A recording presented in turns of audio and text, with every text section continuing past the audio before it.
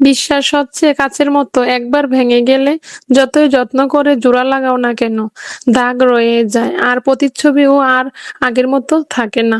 আসসালামু আলাইকুম, সবাই কেমন আছেন? আশা করি ভালো আছেন। আলহামদুলিল্লাহ, আপনাদের দোয়ায় আমিও ভালো আছি। আমাদের কিটি ছানা আমি কি রান্না করতেছি বসে বসে দেখতেছে, আর মাছ তো কিটি ছানার অনেক বেশি পছন্দ। আমাদের কিটি ছানাটা না অনেক ভালো, যখনই রান্না করি তখন চুপচাপ বসে থাকে। অন্য বিড়াল ছানাদের মতো মানে মাছ পাতিল থেকে বা প্লেট থেকে নেওয়া যায় না। ও বুঝতে পারছে যে রান্না শেষে আমাকে আমার মালিক তো অবশ্যই আমাকে মাছ দিবে। আর এটা অনেক ভালো, মাশাআল্লাহ আমাদের কিটি ছানাটা অনেক ভালো। যতক্ষণ রান্না শেষ না হয় ততক্ষণ পাশে বইসা থাকে, দেখতে অনেক ভালো লাগে। বিড়াল পালা তো অনেক ভালো।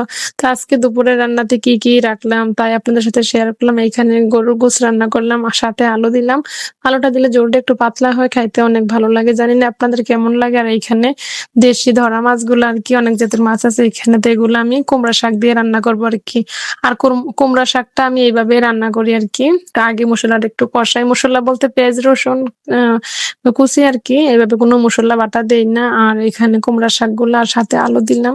আলু দিলে একটু ভালো লাগে আমার কাছে, আমি এইভাবে সবসময় রান্না করি। জানি না কেমন হয়েছে, আপনারা কমেন্টে জানাবেন আজকে রান্নার ভিডিওটা কেমন হয়েছে আর কি। আর এই মাছ, দেশি মাছগুলা দিয়ে যদি এইভাবে গাছের কুমড়া শাকগুলা রান্না করা হয় অনেক ভালো লাগে। এই শাকগুলা আমার বাসার পাশে একটা আপু আছে, ওই আপুটা আমাকে জানালার পাশ দিয়ে ডাকলো।